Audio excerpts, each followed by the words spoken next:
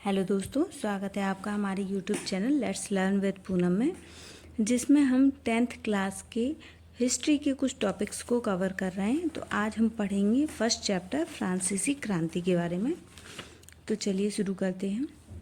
फ्रांसीसी क्रांति दुनिया की सबसे चर्चित क्रांतियों में से एक मानी जाती है। दरअसल यह क्रांति निरंकुश राज शासन के सामंतों द्वारा किए गए शोषण और कुछ विशेष वर्गों को प्राप्त विशेषाधिकार के विरुद्ध आम जनता द्वारा की गई थी।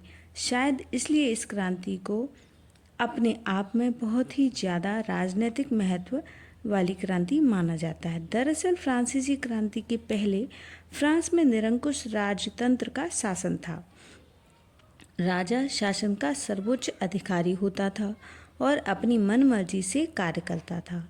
प्राचीन काल के लिए यह बात आम हो सकती है कि निरंकुश राजा लोगों पर शासन करे, लेकिन 18वीं सदी में यूरोप का पुनर्जागरण हो चुका था। कई सारे देश लोकतंत्र की तरफ बढ़ रहे थे। ऐसे में एक निरंकुश राज्य लोगों की आंखों में खटकने लगा था। राजा के अन्याय व अत्याचारों से आम जनता परेशान हो चुकी थी और राजा का विरोध करने पर अत्यंत कड़ी सजा का प्रावधान था। लोगों को धार्मिक स्वतंत्रता भी नहीं थी। इसके साथ ही राज्य की आय को राजा अपनी धरोहर समझकर मनमाने तरीके से खर्च करता था। राजा राज्य की आमदनी का एक बड़ा हिस्सा अपने आमोद प्रमोद और भोग विलास पर खर्च कर देता था तथा बचे हुए भाग पर लालची, घूसखोर और दरबारी अपनी नज़रें गड़ाए हुए रहते थे। इन सब का प्रभाव यह हुआ कि फ्रांसीसी राज्य दो वर्गों में बंट चुका था। एक था सुविधा प्राप्त वर्ग यानी प्रिविलेज्ड, दूसरा था सुविधा विहीन यानी कि डिप्राइव सेक्शन। ऐसे में जब आम जनता की सहन शक्ति जवाब देने लगी तो उसका गुस्सा 1789 में फट पड़ा।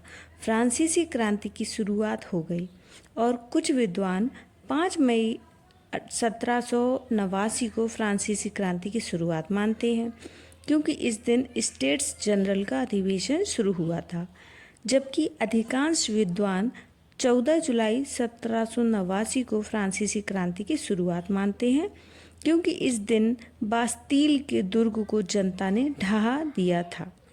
अब अगर फ्रांस की क्रांति की पृष्ठभूमि पर नज़र डालें तो इसके कई सारे कारण थे, जिन्हें विद्वान राजनीतिक, आर्थिक, सामाजिक कारणों में बांटकर देखते हैं। दरअसल फ्रांस में निरंकुशता इतनी चरम पर पहुंच गई थी कि यहाँ फ्रांस का राजा लुई 14 यह कहता था कि मैं ही राज्य हूँ और मैं ही सर्वोपरि हूँ। हालांकि फ्रांस में स्टेट्स जनरल नाम की एक प्रतिनिधि सभा थी, लेकिन सैकड़ों वर्षों से वह निलंबित पड़ी हुई थी और इसका कोई भी अधिवेशन नहीं बुलाया गया था। इसलिए लोग इस सभा के बारे में भूल चुके थे। इसके अलावा फ्रांस में पार्लमा नाम की एक संस्था भी थी, जो कि न्यायालय का कार्य करती थी, परंतु राजा के आगे बेबस थी। लुई 14 का उत्तराधिकारी लुई 15 बना, जो कि अत्यंत अयोग्य व अकर्मण्य शासक था, जो कि भोग विलास के आनंद में लगा रहता था। 1715 से लेकर 1775 तक के लंबे शासन के बाद लुई 15 अपने मरते समय यह कहकर गया कि मेरे मरने के बाद प्रलय होगी। चूँकि फ्रांस में शासन उत्तराधिकार के बल पर मिलता था, इसलिए जब लुई 16 गद्दी पर बैठा तो अपने पिता और दादा से भी बढ़कर साबित हुआ। उसकी शादी मैरी के साथ हुई, जो खुद एक विलासी महिला थी।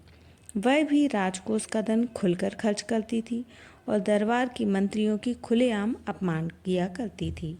उन्हें दरबार से निकाल देना, राजकाज के कार्यों में अनावश्यक हस्तक्षेप करना उसके लिए आम बात थी। मैरी की इन्हीं हरकतों की वजह से फिजूल खर्ची के कारण लोग उसे मैडम डेफिसिट कहकर बुलाया करते थे। यह वही मैरी थी जिसने कंगाली से जूझ रहे लोगों की उठती आवाज़ को दबाया और लोगों ने जब शिकायत की कि उनके पास खाने को रोटी नहीं है, तो उसने कहा कि रोटी नहीं है तो केक खाओ। फ्रांस में लोगों के लिए अब न्याय की आशा करना बेकार था। राजा के अलावा एक और वर्ग था जो मनमानी कर रहा था। दरअसल फ्रांस में अधिकतर रोमन कैथोलिक चर्च ही थे और चर्च को अपने मामलों की पूर्ण स्वतंत्रता थी। इनका अपना संगठन था, अपना न्यायालय था और धन प्राप्ति के लिए देश की भूमि का 5वां भाग चर्च के पास था। चर्च पर किसी भी प्रकार का कोई कर नहीं लगाया जाता था, इसलिए चर्च पादरियों के लिए अपार संपत्ति का साधन था। पादरियों के साथ ही कुलीन वर्ग, जिसे शासन में उच्च पद प्राप्त थे, वे सुविधा संपन्न थे और किसानों से कर वसूलते और उनका शोषण करते थे। वे राजमहल में जमा रहकर राजा पर अपना प्रभाव बनाने में लगे रहते और उनकी चाटुकारिता करते रहते थे। यह तो थे फ्रांस की सुविधा प्राप्त वर्ग, जिन्हें हम प्रिविलेज्ड की संज्ञा देते हैं। यह सिर्फ मुट्ठी भर लोग थे। फ्रांस की अधिकांश जनता तो डिप्राइव थी, जिन्हें शोषितों की श्रेणी में रखा जाता था। इनमें कृषक, सर्वसाधारण मजदूर वर्ग, दस्तकार आदि शामिल थे, जो खूब मेहनत करते पर फल कोई और खाता था।